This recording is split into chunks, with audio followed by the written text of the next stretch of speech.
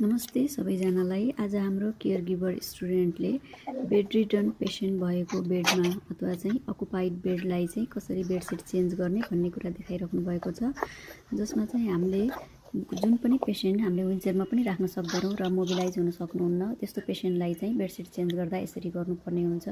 यसमा चाहिँ के देखाइएको छ भने सबभन्दा पहिला पेसेन्टलाई चाहिँ राइट ल्याटरल पोजिसनमा, जुन ल्याटरल पोजिसनमा चाहिँ पेसेन्टलाई चाहिँ कम्फर्टेबल पोजिसनमा एकातिर पल्टाउनु पर्यो। त्यसपछि चाहिँ सबै पुरानो बेडसिटलाई रोल गर्दै पेसेन्टको साइडतिर चाहिँ हाफ पार्टमा चाहिँ रोल गर्दै लैजानु पर्यो। त्यसपछि नयाँ बेडसिटलाई जुन लेन्थ अनुसारले चाहिँ बेड म्याट्रेसमा चाहिँ प्लेसमेन्ट गर्नुपर्ने हुन्छ र प्लेसमेन्ट गरेर छेउछेउतिर सबै मिलाइसकेपछि एउटा छेउतिरको भागलाई म्याट्रेसको मुनिपट्टि राख्नुपर्ने हुन्छ, जसरी यहाँ देखाइरहेको छ। त्यसपछि माथिपट्टिको भागलाई माथि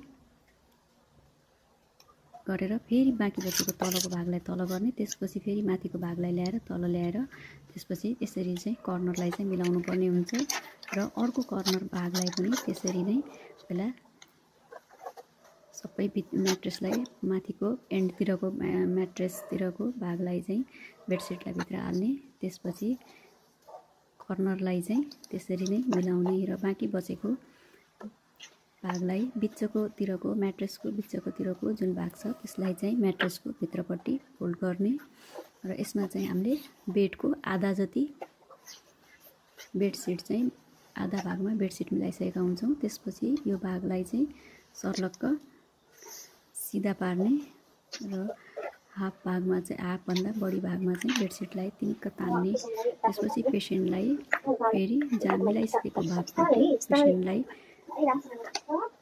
पोजिसन गर्ने र अर्कोतिर पनि त्यसरी नै अलिकति पोजिसन गरेर त्यसलाई भित्रपट्टिको पुरानो बेडसिटलाई चाहिँ निकालेर त्यसलाई चाहिँ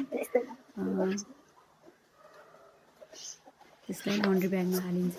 अनि त्यसपछि बाँकी बचेको बेडसिटको भागलाई फेरि अघि नै मिलाएको जस्तै गरेर कर्नर मिलाउने, दुईटै कर्नर त्यसरी नै मिलाइसकेपछि बेडसिट चाहिँ तिनिक्क तान्नेको हुनुपर्छ, जसले गर्दा पेसेन्टलाई बेडसोर हुनबाट जोगाउँछ र बेड चाहिँ जहिले पनि बेडसिट क्लिन एन्ड टाइडी हुनुपर्ने हुन्छ। बेड पेसेन्टको बेड र सबै रिङ्कल पार्टलाई चाहिँ रिङ्कल पर्न नदिकन बेडसिटलाई सर्लक्क तानेर मिलाउनु पर्ने हुन्छ। यसो गर्दाखेरि हामीले पेसेन्टलाई बेडसोर हुनबाट जोगाउँछौँ र बेड पनि क्लिन एन्ड टाइडी देखिन्छ। धन्यवाद।